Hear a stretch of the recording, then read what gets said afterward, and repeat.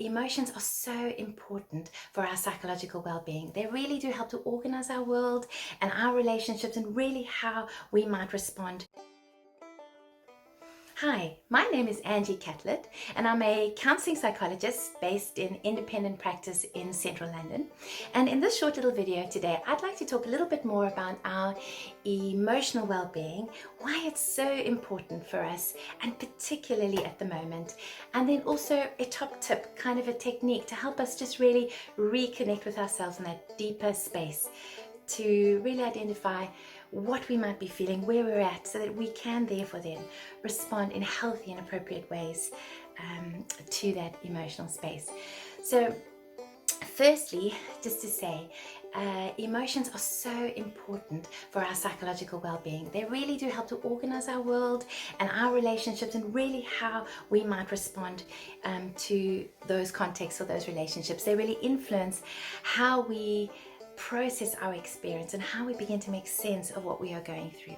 So for example, if you're walking into a lecture theatre for the first time and suddenly you have this like bout of anxiety and you start feeling nervous, what's happening there is it will affect your physiological bodily response. You'll start to have an increased heart rate, increased breathing, maybe sweaty palms, might have some sort of butterfly or nausea movement inside your stomach, and that's a physiological response to an emotion that you might be having in the moment. It therefore also then affects how we might respond and behave in that setting, and how we might begin or be able to process the context and the emotion that we are experiencing in that moment. Our emotions are so important, and if we can understand how to connect with them, recognize where we're at, then we are really on a good road towards keeping in a place of emotional well-being. So at the moment, you are, as university students, coming out of a pandemic, which means that there's a good chance over the last year you might be carrying some unmet expectations. So much happened that we didn't expect, and vice versa. And I wonder if for you, perhaps at the moment, if you had to pause and reflect, could there be any of those hanging in the balance? Secondly, we are also in a phase as a country where we are moving towards adjusting out of an extreme kind of pandemic social distancing scenario, and so we're having to readjust again and how on earth it is we do life, or we used to do life, in a kind of a normal way as we did before. So that will bring with it some new thoughts and feelings, and certainly a lot of fatigue. And thirdly, also to recognize that you are embarking in a brand new life stage.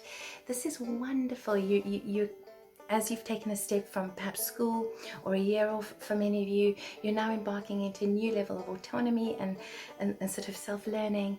And this is a wonderful life transition stage with you. But of course, with any change, with any transition, will come adjustment. There will be mixed feelings. They may be really positive or negative. Some of us will be in a mix of those, or on either end of that spectrum. All of them are absolutely okay. Only we have walked our journey and hold our experiences, which will almost prime us or situate us to experience our new transitions in different ways. The most important thing, therefore, then, is to learn, how do I connect with where my emotional space might be and the kinds of emotions that I am experiencing? Well, today I'd like to share with you a little technique that is so helpful just to begin that journey. And it's a technique called RAIN, the acronym RAIN.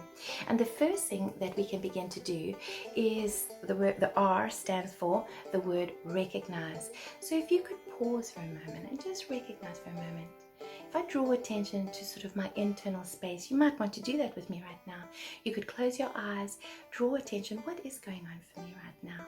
Do I have any feeling anywhere in my body? Can I locate a sort of a tenseness or a tightness, or any feelings anywhere in my physical body? Or perhaps, are there any emotions that if I draw my attention inward, they're sort of calling my attention?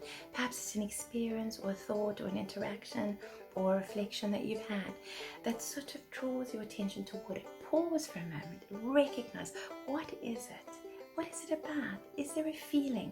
If it had words, could you Could it say anything? If it had an action, would it do anything? What kind of experience or emotions or words might describe what you are feeling beneath the surface? The second is R-A, and that is allow yourself to sit with it. This can be so hard sometimes when an emotion is difficult or tough, but it's so important for us to just begin to go beneath the surface and allow ourselves to be there. And when we do that, often there's a second process that can happen, that we can look at that feeling or that pain or that experience, that emotion we're going through, and we can want to almost criticize it, judge it, minimize it, not important, get over it, get a grip, you should be better at processing, or why are you feeling these things? It could want to judge or criticize or minimize that feeling. If you could for a moment just hold those second thought responses that could be criticizing, all they'll do is arm and increase the distress that you're feeling and get you caught up in a cycle of sort of difficult emotions. So hold that back as much as you can and allow yourself to just sit and recognize what that feeling is. Thirdly, I stands for investigate with curiosity. What is it? Why might it be there? Can I understand where that feeling came from? Was it a thought I had? Was it in an interaction with someone? Was it an experience? What was it that really set that thought and that feeling into motion? Can I understand it a little bit better? When did I first begin to feel it? When did I notice that this was present with me?